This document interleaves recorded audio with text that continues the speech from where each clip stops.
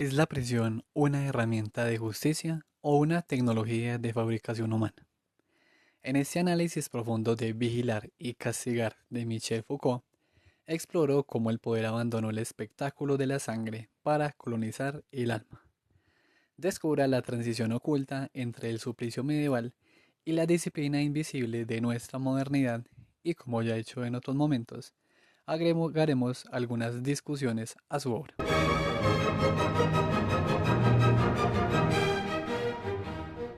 La evolución de la justicia penal en la historia occidental experimentó una transformación radical que puede ilustrarse mediante el contraste de dos escenas separadas por apenas 80 años. En 1757, París fue testigo del suplicio de Robert Francois Damiens, quien fue condenado por regicidio. El castigo consistió en una exhibición pública de crueldad extrema, donde el cuerpo del sentenciado resultó atenazado, quemado con azufre y plomo derretido, para finalmente ser descuartizado por caballos en una plaza pública. Sin embargo, para 1838, el panorama cambió drásticamente. El reglamento de una, el reglamento de una casa de jóvenes delincuentes en París ya no hablaba de sangre, sino de horarios. Cada minuto del día de los internos quedó regulado por una burocracia del tiempo. Trabajo, comida, instrucción y oración se sucedían bajo un silencio absoluto y una vigilancia constante. Este tránsito marcó la desaparición del cuerpo como el blanco principal de la represión penal.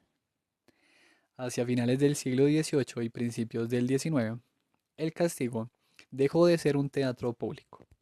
Este proceso implicó que la ejecución de la pena entrara en la sombra, convirtiéndose en un acto administrativo oculto. La justicia moderna comenzó a experimentar una suerte de vergüenza de castigar, delegando la ejecución a técnicos como médicos, psicólogos y educadores. Estos profesionales proclamaron que la pena ya no buscaba infligir dolor, sino curar o corregir al individuo. Aunque las penas contemporáneas, como la prisión, seguían recayendo sobre el organismo físico, el cuerpo comenzó a funcionar únicamente como un intermediario. El verdadero objetivo de la operación punitiva se desplazó hacia lo que Michel Foucault denominó el alma. Este desplazamiento transformó el ejercicio del juicio. Los jueces ya no se limitaron a sancionar el delito legal, sino que empezaron a juzgar la subjetividad del individuo, sus pasiones, instintos y anomalías. Se configuró así un complejo científico jurídico, donde la verdad legal se entrelazó con saberes extrajurídicos como la psiquiatría y la criminología.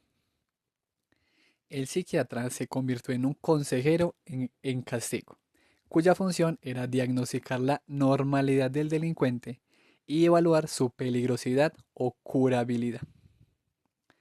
Para comprender este fenómeno resultó necesario analizar la metamorfosis de los métodos punitivos como una microfísica del poder. Este concepto se refiere al estudio de las relaciones de poder que no se ejercen de forma global o centralizada, sino a través de mecanismos sutiles, cotidianos y técnicos que operan directamente sobre el cuerpo, cercándolo y domándolo. Bajo, bajo esta perspectiva, el poder y el saber se implicaron mutuamente. No existió relación de poder sin un campo de saber correlativo que la sustentara. El cuerpo humano se integró así en una anatomía política, entendida como el conjunto de técnicas materiales que dominan y organizan los cuerpos para hacerlos útiles y dóciles. Finalmente, esta anatomía política produjo una realidad histórica concreta, el alma moderna. A diferencia del concepto religioso, esta alma nació de procedimientos de coacción, vigilancia y educación. Foucault concluyó con una tesis provocadora al afirmar que el alma es la prisión del cuerpo. El individuo, a quien el humanismo pretendía o pretendió liberar, resultó ser en realidad un efecto de este sometimiento profundo, quedando sujeto a esquemas de saber y poder que lo controlaron de forma exhaustiva. La tesis de Foucault sobre el paso del suplicio a la disciplina ha sido objeto de intensos debates historiográficos. Si bien su análisis sobre la tecnología política del cuerpo resultó revolucionario, historiadores como Pieter Spierenburg han matizado esta visión. Spierenburg, en su obra sobre el espectáculo del sufrimiento, sostuvo que la desaparición de los suplicios públicos no se debió únicamente a una nueva estrategia de poder estatal, sino a un cambio en las sensibilidades de la población, enmarcado en lo que el sociólogo Norbert Elias denominó el proceso de la civilización. Según esta postura, el asco y la repugnancia social hacia la violencia pública forzaron al Estado a ocultar las ejecuciones, sugiriendo que el cambio fue más cultural que estrictamente mecánico o político. Por otro lado, desde la sociología del castigo, David Garland ha señalado que Foucault tendió a sobreestimar la eficacia de estas tecnologías de control. Garland argumentó que aunque el reglamento de 1838 buscaba una vigilancia total, la realidad de las prisiones en los siglos XIX y XX estuvo marcada por el caos, la resistencia de los internos y la ineficiencia administrativa. Esta crítica sugiere que la microfísica de poder es a menudo más una intención del diseño institucional que una realidad absoluta en la práctica cotidiana. En la actualidad, la investigación apunta a que el sistema penal no solo busca la corrección del alma, sino que también responde a factores económicos y fluctuaciones en el mercado laboral. Una tesis que expande la visión Foucaultiana hacia una dimensión materialista más amplia. Este cambio de enfoque hacia la subjetividad del delincuente no fue un proceso repentino, sino que hundió sus raíces en una estructura previa donde el cuerpo era el escenario de un despliegue de fuerza absoluta.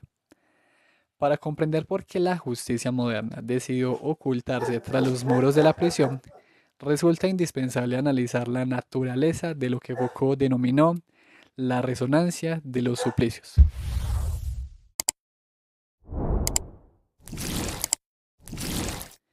En el marco del derecho penal de la época clásica, un castigo no se consideraba suplicio de forma genérica. Para hacerlo, debía cumplir con tres criterios técnicos y rituales fundamentales. En primer lugar, la producción de sufrimiento. El dolor no era un subproducto del castigo, sino su esencia misma, organizada en una jerarquía que iba desde la decapitación, considerada el grado cero del dolor, hasta el descuartizamiento, que representaba una agonía técnica hacia el infinito. En segundo lugar, este dolor estaba sujeto a una regulación técnica estricta. Existía un código jurídico del sufrimiento que determinaba la intensidad de las heridas, el tipo de mutilación y la duración exacta de la agonía según la gravedad del delito cometido. Finalmente, el suplicio requería de una ritualidad específica. Debía marcar al condenado con signos de infamia y manifestar el triunfo de la justicia ante la mirada del público. Bajo la ordenanza de 1670, el procedimiento penal se caracterizó por ser secreto y escrito. El acusado quedaba excluido de la instrucción de su propio proceso, ya que la verdad era un derecho exclusivo del soberano y sus jueces. En este sistema, la justicia operaba mediante una aritmética de las pruebas, donde diversos indicios, clasificados como ciertos, semiplenos o leves, se combinaban matemáticamente para alcanzar una sentencia. Sin embargo, la pieza central de esta maquinaria era la confesión.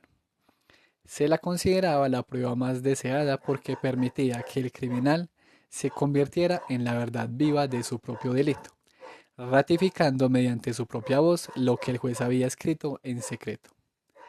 Para obtenerla se recurría al tormento o tortura judicial, un juego reglamentado donde el juez arriesgaba sus pruebas y el reo exponía su físico en un duelo destinado a arrancar la verdad del cuerpo.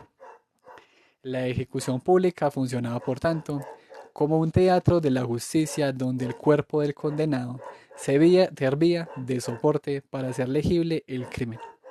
El reo era obligado a actuar como su propio pregonero, proclamando su condena en paseos públicos y retractaciones en las puertas de las iglesias. A menudo el castigo buscaba una relación analógica con el acto cometido. Se quemaba la mano que había empuñado el arma o se pasaba por la hoguera al cuerpo considerado impuro. En este escenario, la agonía funcionaba como la prueba final. Los gritos y la resistencia en el cadalso se interpretaban como signos del juicio de Dios, donde el dolor terrenal podía ser una anticipación de las llamas del infierno o la última penitencia para alcanzar el perdón. Más allá de la administración de justicia, el suplicio cumplía una función político-jurídica esencial. Era el ritual destinado a restaurar la soberanía que el delito había ultrajado. Para la mentalidad de la época, el crimen no solo afectaba a una víctima particular, sino que representaba un ataque directo a la voluntad y la fuerza del príncipe. El castigo era, en consecuencia, una réplica bélica del soberano contra su enemigo. El derecho de castigar se entendía como un aspecto del poder absoluto sobre la vida y la muerte, y la ejecución no buscaba el equilibrio o la proporcionalidad, sino demostrar la desmesura de fuerza entre el súbdito y el monarca. Esta política del terror pretendía ser sensible a todos los presentes la realidad física del sobrepoder monárquico. Sin embargo, este sistema contenía una contradicción peligrosa, el papel del pueblo. Aunque los ciudadanos eran convocados como espectadores necesarios y testigos del triunfo real, su presencia generaba una inestabilidad constante. A menudo surgía una solidaridad popular con el condenado, provocando motines en el patíbulo para salvar al reo o ataques violentos contra el verdugo. Además, la literatura popular de la época solía convertir al criminal en un héroe que desafiaba la opresión, invirtiendo el efecto moralizante que el poder pretendía imponer. Fue este peligro político y el desorden inherente a los rituales públicos lo que hacia finales del siglo XVIII llevó a los reformadores a exigir la supresión de los suplicios, abriendo paso a una era de sobriedad punitiva donde el castigo se ocultaría definitivamente para dar paso a la disciplina. La interpretación de Foucault sobre el suplicio como una manifestación del poder soberano ha sido contrastada por diversos especialistas que enfatizan la dimensión jurídica y social del proceso. Julius Ruff, en su estudio sobre la violencia y la ley en la Europa moderna, ha señalado que el sistema de pruebas legales y la tortura judicial no eran simplemente actos de tiranía o despliegues irracionales de fuerza. Por el contrario, representaban un esfuerzo por racionalizar la justicia en una época donde las pruebas forenses eran inexistentes. La tortura, aunque hoy se considere una atrocidad, estaba estrictamente limitada por protocolos legales para evitar que el juez actuara con arbitrariedad total, sugiriendo que el sistema buscaba una verdad procesal dentro de sus propios parámetros lógicos. Asimismo, historiadores como Richard Evans, al analizar la historia de la pena de muerte, han sugerido que el fin del suplicio público no responde únicamente a una estrategia política de control de masas. Evans argumentó que el auge del capitalismo y la necesidad de una mano de obra disciplinada influyeron en la percepción del cuerpo. Este dejó de ser algo que podía ser destruido impunemente para convertirse en un recurso productivo que debía ser reformado. Esta perspectiva complementa la visión de Foucault al sugerir que el tránsito de la soberanía a la disciplina estuvo profundamente vinculado a los cambios en los modos de producción económica. Actualmente el debate sugiere que la desaparición del suplicio fue parcial, pues si bien el dolor físico extremo fue abolido en Occidente, el uso de la vergüenza y el control psicológico en el sistema penal contemporáneo heredó la función de marcar al individuo ante la sociedad. Si el suplicio representaba la desmesura del poder monárquico, la llegada de la Ilustración trajo consigo una necesidad de orden y previsibilidad. Este tránsito no fue impulsado únicamente por una preocupación humanitaria, sino por una transformación en la gestión del control social que Michel Foucault denominó el castigo generalizado.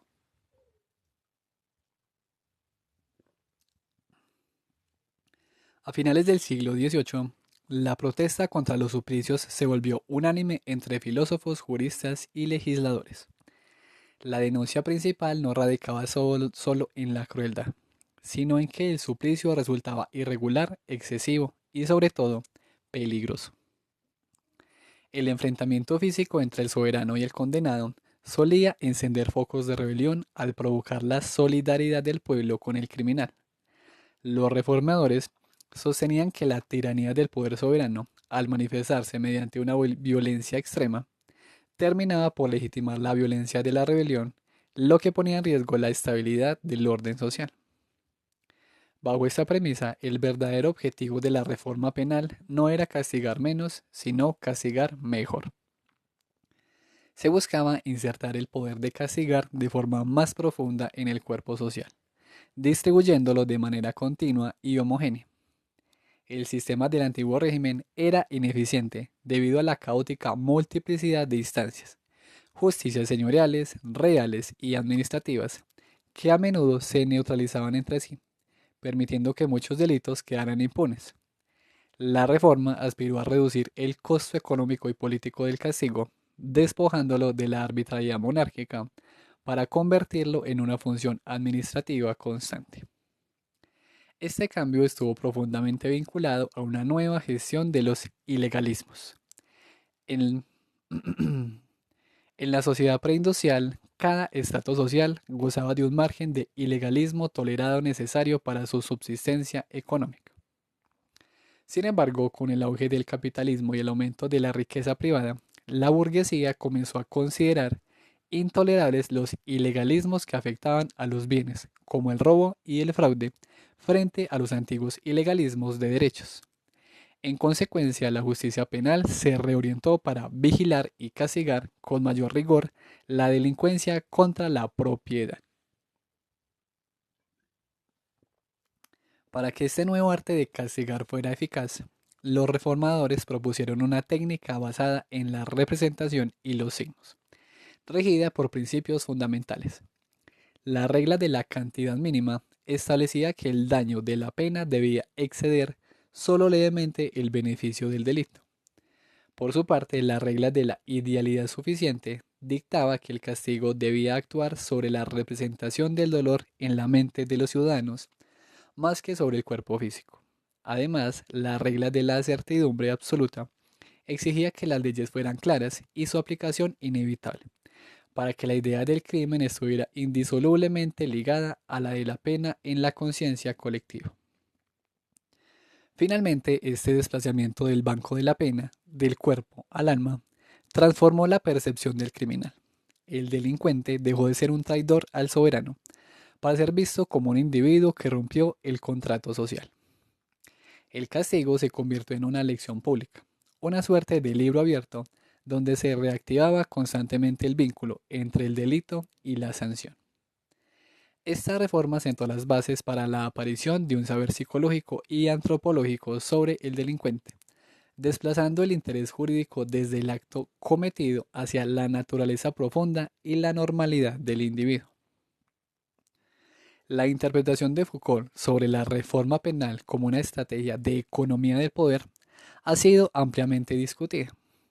Michel Ignatieff, en su obra sobre la revolución industrial y el sistema penitenciario, coincidió en que la reforma no fue un simple triunfo del humanismo, sino una respuesta a las crisis de orden público generadas por el crecimiento de las ciudades y la industrialización.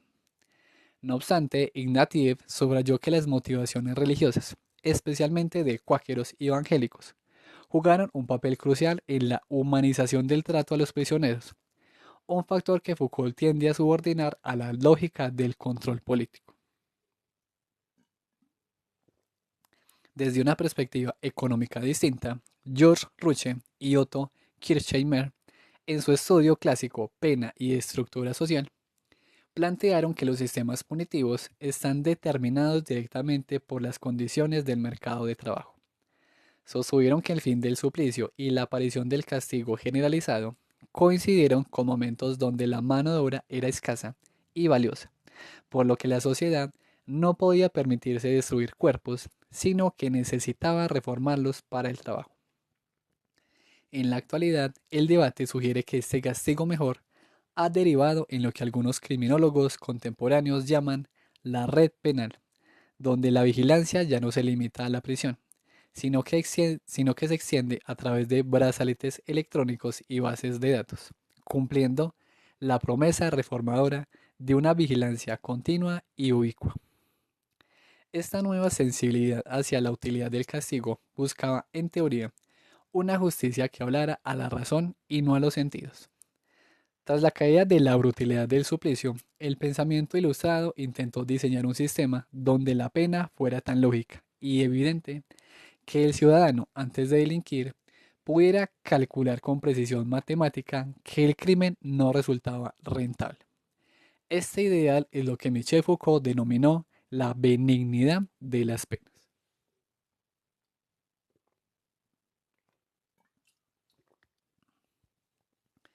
Para los reformadores del siglo XVIII, el arte de castigar debía fundamentarse en una semiotécnica, es decir, en una mecánica natural de las representaciones. El objetivo consistió en crear un sistema de signos obstáculo que vencieran el deseo de cometer un delito mediante la representación mental de una desventaja mucho mayor que el beneficio obtenido. Para que esta tecnología de los signos fuera efectiva, se establecieron condiciones rigurosas que debían regir la práctica penal. En primer lugar, se exigió la ausencia de arbitrariedad. El vínculo entre el delito y la pena debía ser lo más inmediato y natural posible, promoviendo el uso de penas analógicas. Quien abusaba de la libertad perdía la suya. Quien actuaba por holgazanería era forzado al trabajo. Y quien cometía actos de ferocidad padecía dolor físico. El legislador debía actuar sobre el juego de las pasiones, utilizando el castigo para irritar la vanidad de quien delinquió por orgullo o para imponer el hábito de la labor a quien lo hizo por pereza. Además, se introdujo la noción de modulación temporal.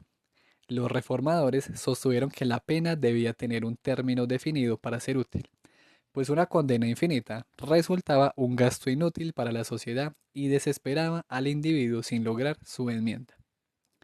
Se propusieron, por tanto, penas de intensidad decreciente a medida que el recluso mostraba signos de corrección.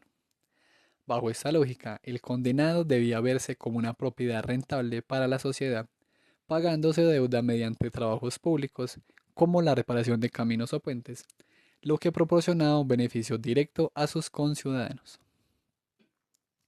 Esta justicia debía poseer una dimensión de publicidad pedagógica. El castigo no buscaba el terror físico, sino convertirse en una lección moral constante. Se llegó a proyectar la creación de lugares de castigo que funcionaban como un jardín de las leyes, donde las familias pudieran acudir para aprender civismo. Cada pena debía ser un libro abierto que explicara la relación entre la ley y el delito, invirtiendo el discurso de la literatura popular para que el malhechor fuera recibido como un objeto de desdicha e instrucción y no como un héroe. Foucault describió este ideal como la ciudad punitiva, un espacio donde el poder penal se repartía por todo el entorno social. En este modelo, el castigo era visible, hablador y persuasivo, actuando sobre las fibras del cerebro de los ciudadanos mediante 1000 pequeños teatros de justicia situados en cada esquina.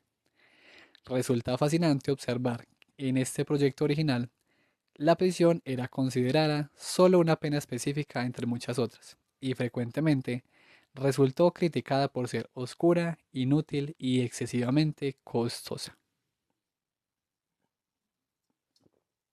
Sin embargo, a pesar de este sueño de penas variadas y pintorescas, se produjo un triunfo inesperado de la prisión. Casi de forma instantánea, la institución carcelaria se impuso como la forma general de castigo en los códigos modernos, como el francés de 1810. Se dio así una divergencia tecnológica fundamental. Mientras el modelo representativo de los reformadores buscaba recalificar al sujeto de derecho mediante la enseñanza de signos y escenas públicas, el modelo coercitivo de la prisión optó por el uso del cuerpo, el tiempo y los hábitos. Al final, la institución secreta y autónoma que fabricaba individuos dóciles mediante el ejercicio físico y el silencio terminó por sustituir a la fiesta parlanchina de los signos que la ilustración había imaginado originalmente.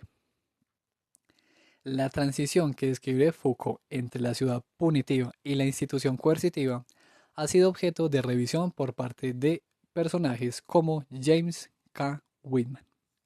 En su obra sobre la justicia penal, Whitman sugirió que el éxito de la prisión en Europa no se debió únicamente a una victoria de la disciplina sobre la representación, sino a un proceso de nivelación social. En el antiguo régimen, el castigo dependía del estatus.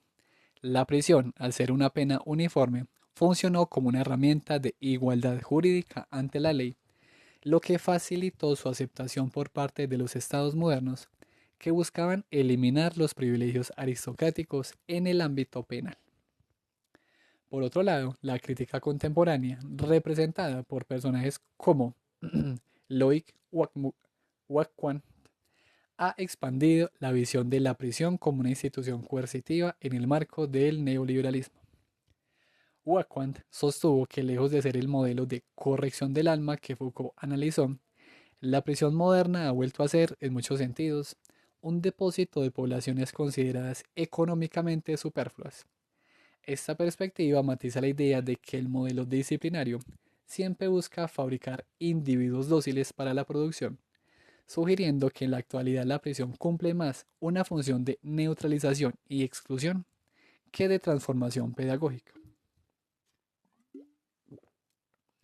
La investigación reciente indica que esta tensión entre el castigo como lección pública y la prisión como espacio secreto de control sigue vigente en los debates sobre la transparencia de los sistemas penitenciarios actuales. La transición de la ciudad punitiva a la institución coercitiva no fue un accidente, sino el resultado de un descubrimiento fundamental en la gestión de los seres humanos, el cuerpo como objeto y blanco de poder. Al entrar en el siglo XVIII, el enfoque de la autoridad cambió. Ya no se buscaba simplemente castigar el crimen, sino fabricar individuos. En este nuevo escenario, Michel Foucault introduce uno de los conceptos más influyentes, la formación de los cuerpos dóciles. Durante la Edad Clásica se produjo una transformación en la visión del ser humano. En épocas anteriores, el soldado, por ejemplo, era reconocido por signos naturales de vigor y valentía. Sin embargo, para el siglo XVIII, el soldado pasó a ser algo que se fabrica mediante una coacción calculada. Un cuerpo dócil es aquel que puede ser sometido, utilizado, transformado y perfeccionado. A diferencia de la esclavitud, que se basaba en la apropiación de los cuerpos, la disciplina buscó una relación de utilidad y obediencia. El objetivo fue disociar el poder del cuerpo para convertirlo en una aptitud técnica, aumentando al mismo tiempo su sujeción política. Para lograr esta docilidad, la disciplina procedió, ante todo, a una organización minuciosa del espacio a través del arte de las distribuciones. La primera técnica fue la clausura, la creación de lugares cerrados sobre sí mismos, como el cuartel, el colegio o la fábrica. Dentro de estos espacios se aplicó el principio de localización elemental, donde a cada individuo se le asignó un lugar específico para evitar las aglomeraciones y anular cualquier circulación descontrolada. Estos emplazamientos funcionales permitieron que el hospital se transformara en un operador terapéutico y la fábrica en una máquina de vigilancia. El individuo dejó de ser parte de una masa para ocupar un rango, una posición en una clasificación o serie, como ocurre en la organización de las clases escolares. Paralelamente a la distribución espacial, se implementa un control riguroso de la actividad mediante la organización del tiempo. Se heredó el empleo del tiempo de las tradiciones monásticas, pero refinándola para contar minutos y segundos, buscando un tiempo íntegramente útil. Se dio una elaboración temporal del acto, donde se descompuso cada gesto en sus elementos mínimos para asignarle una dirección y duración precisas. El tiempo penetró el cuerpo a través de programa de movimientos. Esto generó una correlación estrecha entre el cuerpo y el gesto, como la postura exacta para escribir, y una articulación cuerpo-objeto que terminó por amarrar al individuo a la herramienta que manipulaba, constituyendo un complejo de cuerpo-máquina. La disciplina también funcionó como un aparato para capitalizar el tiempo de las vidas individuales a través de la organización de las génesis. Esto se logró dividiendo la duración del aprendizaje en segmentos sucesivos de dificultad creciente, cada uno finalizado con exámenes que calificaban al individuo. El procedimiento central fue el ejercicio, una técnica de tareas repetitivas y graduadas que aseguraba un crecimiento y una calificación perpetua. Finalmente, el objetivo último fue la composición de fuerzas. La disciplina debió construir una máquina cuyo efecto total fuera superior a la mera suma de sus partes.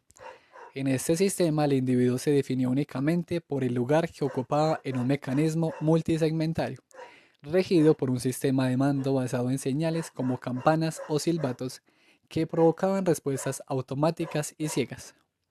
Foucault denominó a esto táctica, el arte de construir aparatos donde el producto de las fuerzas combinadas es máximo. Mientras los filósofos de la época soñaban con una sociedad basada en el contrato social entre ciudadanos libres, los técnicos de la disciplina elaboraban un sueño militar de la sociedad, donde el Estado funcionaba como una máquina sólida regida por la docilidad automática. El análisis de Foucault sobre la docilidad y la anatomía política ha sido fundamental, pero también ha recibido críticas por su visión aparentemente pesimista y unidireccional del poder. Edward Palmer Thompson, en sus estudios sobre la formación de la clase obrera, ofreció una visión alternativa al examinar cómo los trabajadores no fueron simplemente fabricados por la disciplina fabril. Thompson demostró que los individuos opusieron una resistencia activa a la imposición de los nuevos horarios y ritmos de trabajo, manteniendo sus propias culturas y nociones del tiempo. Esto sugiere que el cuerpo dócil es en muchos casos un ideal de las élites más que una realidad plenamente alcanzada, ya que el sujeto histórico conserva una capacidad de agencia que Foucault a veces parece minimizar. Desde la perspectiva de la historia de la educación, Andy Hargreaves ha matizado la idea de la escuela como un simple aparato de sujeción. Si bien es cierto que la organización por rangos y ejercicios graduados buscaba la docilidad, Hargreaves señala que estas mismas estructuras permitieron, paradójicamente, la democratización del saber y el ascenso social de clases que antes estaban excluidas de cualquier formación técnica. Actualmente el debate se centra en si las nuevas tecnologías de la información han superado la clausura física que describió Foucault. Algunos teóricos sugieren que hemos pasado de los cuerpos dóciles en espacios cerrados a la vigilancia líquida en espacios abiertos, donde la disciplina ya no se ejerce mediante el rango físico, sino a través de algoritmos y perfiles digitales. Esta fabricación de sujetos dóciles, analizada anteriormente, requirió de una tecnología precisa para asegurar que cada cuerpo se mantuviera en su sitio y cumpliera con su función. Para que la disciplina fuera efectiva, no bastó con encerrar a los individuos. Resultó necesario implementar lo que Foucault denominó los medios del buen encauzamiento. En este punto el poder dejó de ser una fuerza que simplemente aplastaba para convertirse en una técnica que buscaba enderezar conductas, multiplicando la utilidad de los sujetos a través de tres instrumentos fundamentales. El primer instrumento es la vigilancia jerárquica.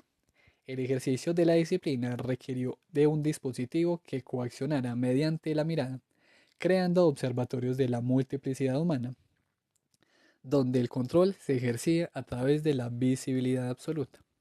El modelo ideal de este poder fue el campamento militar, una geometría de miradas donde cada individuo era vigilado por otros en una red jerárquica. Bajo esta lógica, la arquitectura dejó de ser un simple recinto para transformarse en un operador o una máquina de vigilancia. El hospital edificio permitió observar mejor a los enfermos para ajustar sus cuidados, mientras que la escuela edificio funcionó como un microscopio de la conducta. En este sistema, el poder se volvió automático y anónimo, organizándose como una pirámide de miradas donde incluso los vigilantes eran vigilados. En el corazón de estos sistemas funcionó el segundo instrumento, la sanción normalizadora. Se instauró una micropenalidad que castigaba aquello que las leyes generales dejaban vacío: retrasos, faltas de atención o descortesía. El castigo en la disciplina no buscaba la venganza, sino que fue esencialmente correctivo, adoptando generalmente la forma del ejercicio repetitivo. Se estableció un sistema de gratificación-sanción, donde la conducta se calificaba en un eje de bueno o malo, permitiendo una contabilidad penal de notas que jerarquizaba a los individuos según su mérito. La finalidad última fue la normalización: comparar, diferenciar y homogeneizar a los sujetos para excluir a todo aquel que quedara fuera de la norma. Así, el poder de la norma se impuso como el principio de coerción fundamental de la modernidad. Finalmente, el examen articuló los dos instrumentos anteriores. El examen es la mirada normalizadora que permitió calificar, clasificar y castigar simultáneamente. Este procedimiento produjo una inversión de la visibilidad histórica. Mientras que en el poder tradicional el soberano era quien se manifestaba con esplendor, en el régimen disciplinario el poder se hizo invisible, obligando a los sometidos a ser vistos permanentemente para asegurar su sujeción. A través del examen, el individuo se convirtió en un caso, entrando en una red de escritura compuesta por expedientes, registros y fichas. Esto permitió constituir al ser humano como un objeto descriptible y analizable, situándolo en un sistema comparativo respecto al resto de la población. Este proceso generó lo que Foucault llamó la individualización descendente. En las sociedades feudales, la individualidad era un privilegio del soberano. Sin embargo, en el régimen disciplinario, la individualización fue mayor cuanto más abajo se estaba en la escala del poder. El niño, el enfermo o el delincuente resultaron estar mucho más documentados y analizados que el hombre sano u ordinario. En conclusión, el examen situó al individuo en el centro de una tecnología que lo constituyó simultáneamente como efecto y objeto de poder, y como efecto y objeto de saber, permitiendo así el nacimiento de las ciencias humanas modernas. La tesis de Foucault sobre el examen como herramienta de orden ha tenido una resonancia profunda en la sociología de la educación contemporánea. Pierre Bourdieu, aunque desde una perspectiva diferente, han complementado esta visualización al analizar cómo los exámenes escolares funcionan como mecanismos de reproducción social. Bourdieu sostuvo que el examen no solo mide conocimientos, sino que legitima las desigualdades previas al transformarlas en méritos individuales, reforzando la idea de que la posición social es el resultado de la capacidad personal y no de la herencia cultural. Esta perspectiva subraya que la norma de la que habla Foucault no es neutral, sino que está cargada con los valores de los grupos dominantes. Desde la crítica a la vigilancia, Shoshana Zuboff ha propuesto que el concepto de mirada normalizadora ha evolucionado hacia lo que denomina el capitalismo de vigilancia. En la actualidad, el examen ya no se limita a un aula o un hospital, sino que se realiza de forma continua a través de la recopilación masiva de datos en plataformas digitales. La investigación reciente sugiere que los algoritmos de clasificación actuales son los herederos directos de las fichas y expedientes del siglo XIX, con la diferencia de que la individualización descendente ahora afecta a la totalidad de los usuarios, quienes son constantemente calificados y normalizados por sistemas invisibles de la inteligencia artificial. Para comprender cómo las técnicas de vigilancia que hemos analizado se consolidaron en una estructura política definitiva, debemos examinar la transición entre dos modelos históricos de gestión de la población: el de la lepra y el de la peste. Mientras que la lepra generó un esquema de exclusión y encierro para purificar la comunidad, la peste dio lugar a un reglamento meticuloso de división, registro y vigilancia constante. De la fusión de ambos modelos nació la figura arquitectónica y política más emblemática de la modernidad: el panoptismo, que es lo que habla el siguiente capítulo. El panóptico, diseñado originalmente por Jeremy Bentham, representó la culminación de la tecnología política de la mirada. La estructura consistía en un edificio circular con celdas en la periferia y una torre central de observación. Gracias a un sistema de ventanas que permitía que la luz atravesara las celdas desde el exterior hasta el centro, el vigilante podía observar a cada individuo perfectamente individualizado en un estado de contraluz. Esta disposición supuso una inversión del antiguo calabozo. En lugar de ocultar al reo en la oscuridad, se le encerró a la plena luz. La visibilidad se convirtió así en una trampa. El efecto fundamental del panóptico fue inducir en el detenido un estado consciente y permanente de visibilidad, lo que garantizaba el funcionamiento automático del poder. En este esquema, el poder se volvió visible pero inverificable. El individuo siempre veía la torre central, pero nunca podía saber si estaba siendo observado en un momento preciso. Esta incertidumbre lo obligaba a comportarse como si la mirada fuera constante, inscribiendo en sí mismo la relación de poder y convirtiéndose en el principio de su propio sometimiento. El poder, el poder se desindividualizó. Ya no importaba quién estuviera en la torre, pues era la maquinaria arquitectónica la que producía la subordinación. Sin embargo, el panoptismo no se limitó a la prisión. Foucault lo escribió como un esquema polivalente aplicable a hospitales, fábricas, asilos y escuelas. Funcionó como un laboratorio de comportamiento que permitía realizar experimentos sobre los seres humanos, desde probar medicamentos hasta evaluar la rapidez de los obreros o la inteligencia de los escolares. Su eficacia fue tanto política como económica, ya que aumentó la utilidad de los cuerpos mientras reducía el número de personas necesarias para ejercer el control. Esta transición marcó el nacimiento de la sociedad disciplinaria. Las disciplinas dejaron de ser instituciones cerradas y negativas para convertirse en mecanismos funcionales que mejoraban la productividad de todo el cuerpo social. Este proceso de enjambrazón permitió que las técnicas de vigilancia salieran de los muros institucionales para difundirse por la sociedad. Por ejemplo, a través de la escuela vigilando a las familias o la policía nacionalizada ejerciendo una vigilancia invisible sobre la cotidianidad de la población. En última instancia, el panoptismo constituyó el subsuelo real sobre el que se asentaron las libertades formales. Mientras que el contrato social se imaginaba como el fundamento ideal del derecho, el panoptismo fue el procedimiento técnico de coacción que sostuvo la realidad social. Así como la investigación judicial medieval precedió a las ciencias naturales, el análisis disciplinario y el examen permitieron el nacimiento de las ciencias del hombre, como la psicología o la pedagogía, al constituir al individuo como un objeto de estudio y un efecto del poder. La interpretación de Foucault sobre el panóptico como el diagrama de la modernidad ha sido profundamente analizada por el filósofo Gilles Deleuze.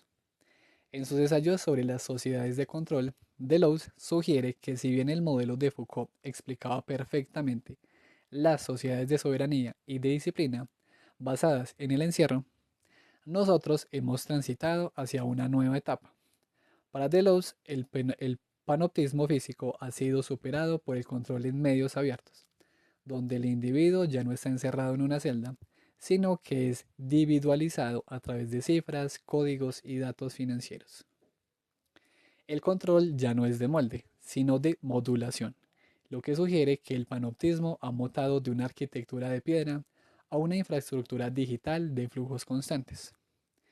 Por otro lado, desde la sociología crítica, autores como Zygmunt Bauman han señalado que el panóptico presuponía que el vigilante tenía un interés en mantener y cuidar al vigilado, como el obrero en la fábrica o el soldado en el cuartel.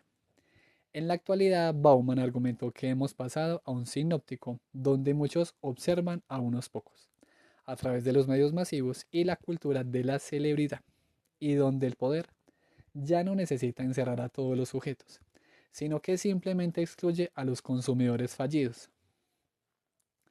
Esta perspectiva matiza la visión de Foucault al sugerir que la visibilidad hoy no solo es una trampa de control, sino también un objeto de deseo y un mecanismo de exclusión social para aquellos que no pueden participar en el espectáculo del consumo.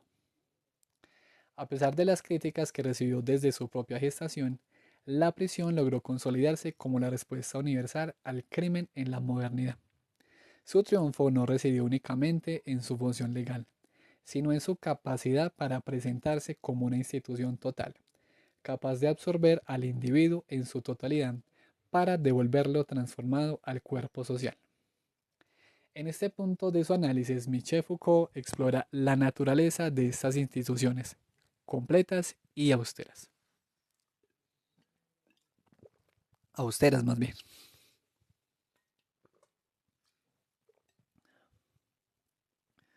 La prisión se impuso con una rapidez asombrosa porque en una sociedad que elevó la libertad a la categoría de bien universal, su privación pareció el castigo más natural y civilizado posible. Este éxito se cimentó sobre dos pilares.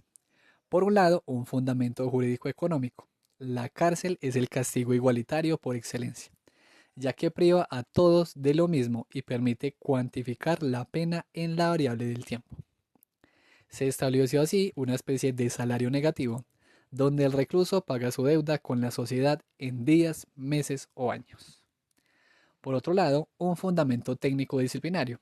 La prisión resultó ser aceptable porque no era un cuerpo extraño, sino que reproducía los mecanismos de control que el ciudadano ya conocía en el cuartel, la escuela o la fábrica. Sin embargo, la prisión excedió con creces la simple privación de movimiento. Foucault la definió como una institución omnidisciplinaria, que pretendió ocupar cada instante y cada aspecto de la vida del detenido, su cuerpo, su tiempo, su moralidad y sus aptitudes. Para lograr esta transformación profunda, la arquitectura penitenciaria utilizó tres esquemas fundamentales de operación. El primero fue el aislamiento, considerado la condición necesaria para la sumisión total. El objetivo era doble: evitar la formación de asociaciones criminales dentro de los muros y obligar al preso a enfrentarse a su propia conciencia en un ejercicio de remordimiento. En este ámbito se enfrentaron históricamente dos grandes modelos: el de Auburn, que permitía el trabajo en común pero bajo un silencio absoluto, y el de Filadelfia, que defendía el aislamiento celular total. El segundo esquema fue el trabajo. ¿Ok? El segundo esquema fue el trabajo, que no se concibió como una actividad productiva rentable, sino como un agente de transformación. Su verdadera función consistió en habituar al individuo a la regularidad y la obediencia, convirtiéndolo en un individuo máquina apto para la disciplina de la sociedad industrial. El tercer esquema fue la modulación de la pena. Bajo esta lógica, la duración de la condena no debía medir solo la gravedad del delito cometido en el pasado, sino la enmienda efectiva del recluso en el presente. Esto otorgó una autonomía soberana a la administración carcelaria. Directores, médicos y capellanes adquirieron el poder de juzgar si un preso estaba curado, desplazando de facto parte de la autoridad que antes pertenecía exclusivamente a los jueces. La prisión se convirtió así en una prisión máquina que, mediante el esquema panóptico, garantizó una vigilancia perfecta y una documentación biográfica permanente de cada individuo. Este sistema produjo una distinción fundamental en la historia del derecho: la fabricación de la delincuencia. Mientras que el infractor era simplemente el autor de un acto ilegal definido por el código, el delincuente emergió como un objeto de conocimiento biográfico, clínico y psicológico. A partir de este momento, la justicia no solo juzgó el hecho delictivo, sino la vida entera, los instintos y la peligrosidad del sujeto. Foucault sugirió que la delincuencia fue la venganza de la prisión contra la justicia, pues obligó al sistema penal a abandonar la fría legalidad para adentrarse en el juicio de las almas y las subjetividades patologizadas, permitiendo con ello el nacimiento de la criminología. La tesis de Foucault sobre la prisión como fábrica de delincuentes y no solo como castigo para infractores ha sido profundizada por el sociólogo Niels Christie. En su obra sobre la industria del control del delito, Christie coincidió en que el sistema penal moderno no busca necesariamente la eliminación del crimen, sino su gestión y clasificación. Sostuvo que el delincuente es una construcción necesaria para mantener operativa una vasta maquinaria burocrática y profesional que incluye a psicólogos, trabajadores sociales y carceleros. Esta visión sugiere que la prisión tiene un interés inherente en la existencia de la delincuencia como categoría biográfica para justificar su propia expansión y autonomía. Asimismo, desde la historiografía reciente, Michel Perrot ha destacado que estas instituciones completas nunca fueron tan herméticas como la teoría sugería. Perrot analizó las crónicas de las prisiones del siglo XIX y encontró una resistencia constante, lenguajes secretos, sistemas de comunicación a través de las paredes y huelgas de hambre. Esto indica que la institución completa es más un proyecto de las élites que una realidad absoluta. El individuo, incluso bajo la presión de la vigilancia total, encuentra fisuras para preservar fragmentos de su subjetividad. En la actualidad, el debate apunta a que la autonomía de lo penitenciario ha derivado en una crisis de legitimidad, donde la ciencia criminológica es cuestionada por su incapacidad para cumplir la promesa original de la curación del delincuente. La aparente ineficacia de la prisión para reducir el crimen ha sido una constante desde su creación. Sin embargo, para Foucault, este supuesto fracaso es en realidad un éxito político. Al observar que la cárcel no disminuye la reincidencia ni la criminalidad, surge la necesidad de preguntarse si su función no es otra, la de organizar y gestionar los ilegalismos mediante la creación de una categoría social específica y controlada, la delincuencia, que es el tema del siguiente capítulo. La transición hacia este modelo de control silencioso se simbolizó en 1837 con la sustitución de la cadena de forzados por el coche celular. La cadena era un ritual público donde los condenados atravesaban el territorio a pie, un espectáculo que a menudo derivaba en desórdenes y muestras de solidaridad popular hacia los presos. El coche celular, por el contrario, funcionó como un panóptico móvil, un carruaje con compartimentos individuales que impedía cualquier comunicación, trasladando el castigo al ámbito del secreto administrativo y la vigilancia continua.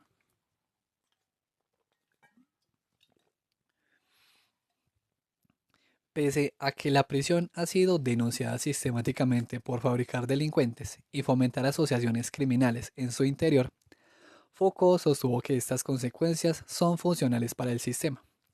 La cárcel no fracasa, sino que produce la delincuencia como un tipo de ilegalismo controlado. Esta categoría resulta útil para el poder por varias razones. Permite concentrar a los individuos peligrosos en un grupo cerrado, facilitando su vigilancia e infiltración por parte de la policía. Además, los delincuentes se convirtieron en instrumentos para los ilegalismos de las clases dominantes, siendo utilizados en labores de espionaje, represión de movimientos obreros o gestión de mercados ilícitos. Esta estructura permitió una gestión diferencial de los ilegalismos, operando una clara distinción de clase. El ilegalismo de bienes, propio de las capas populares y vinculado al robo o la subsistencia, fue castigado severamente con la prisión, transformando al infractor en un delincuente patologizado. En cambio, el ilegalismo de derechos relacionado con el fraude fiscal, las evasiones y los abusos comerciales de la burguesía se gestionó mediante multas o jurisdicciones especiales, evitando siempre que el estigma de la cárcel. Para ilustrar este acoplamiento entre el poder y el crimen, Foucault recurrió a dos figuras míticas del siglo XX. Eugène Francois Vidocq, el antiguo presidiario que llegó a ser jefe de la policía de París, representó el momento en que la delincuencia se integró como un engranaje directo del Estado. Por otro lado, Pierre Francois Lacenagre personificó el ilegalismo convertido en discurso estético por la burguesía.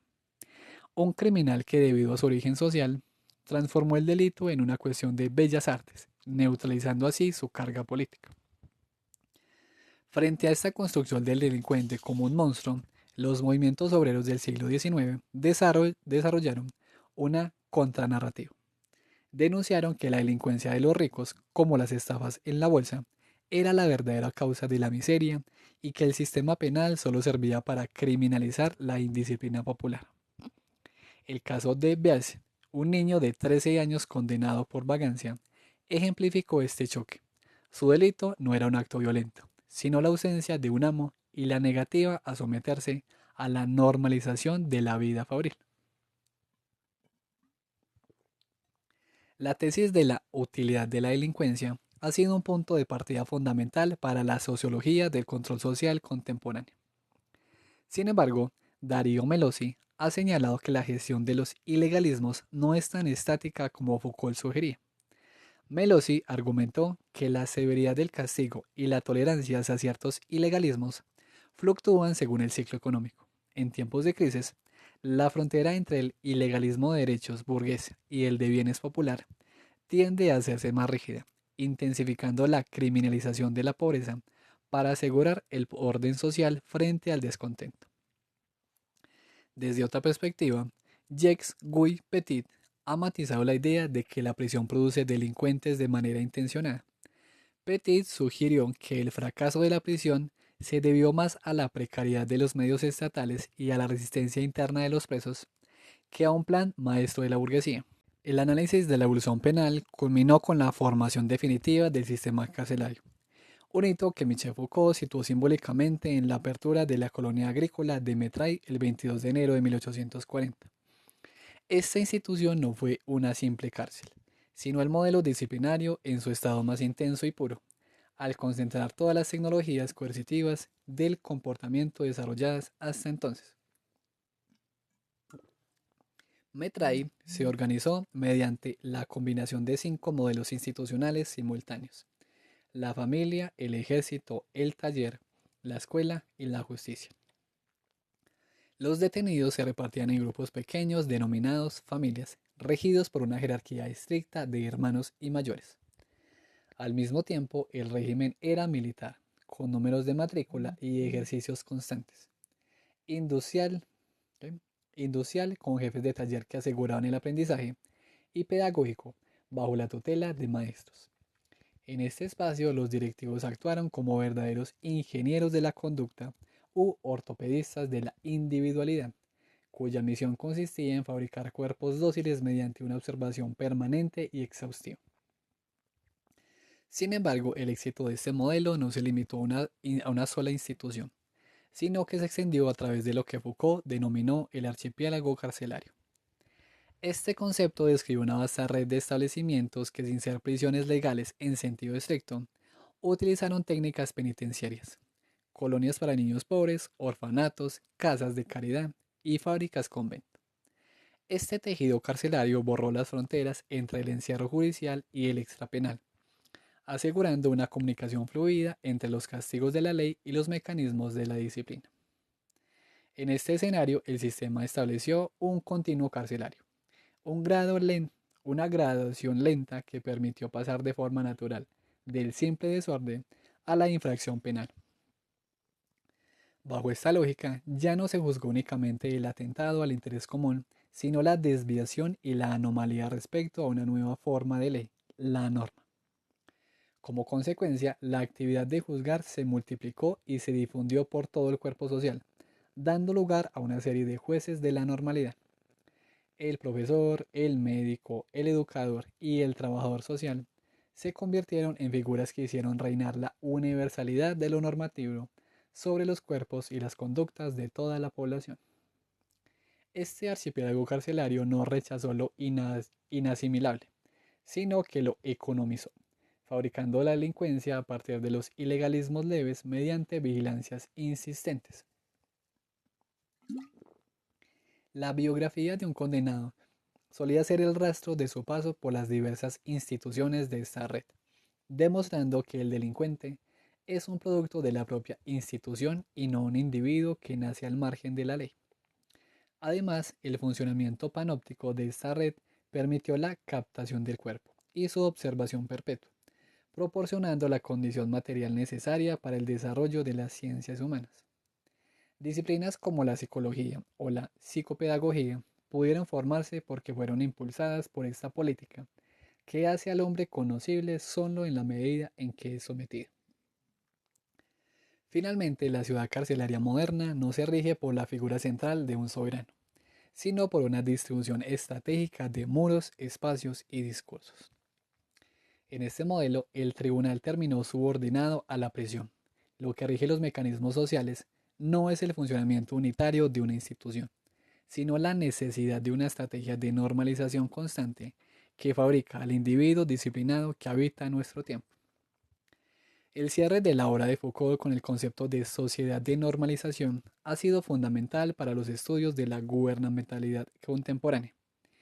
Nicolas Ross, en sus investigaciones sobre el gobierno del alma, ha expandido esta tesis al señalar que en las democracias liberales avanzadas, la normalización ya no requiere necesariamente de la clausura física o el encierro. Ross argumentó que los jueces de la normalidad han sofisticado sus herramientas. Ahora el individuo se autogestiona a través del consumo de terapias, manuales de autoayuda y diagnósticos psicológicos, convirtiendo la búsqueda de la norma en un proyecto personal de libertad aparente, lo que refuerza la idea de que la disciplina se ha vuelto invisible al interiorizarse por completo.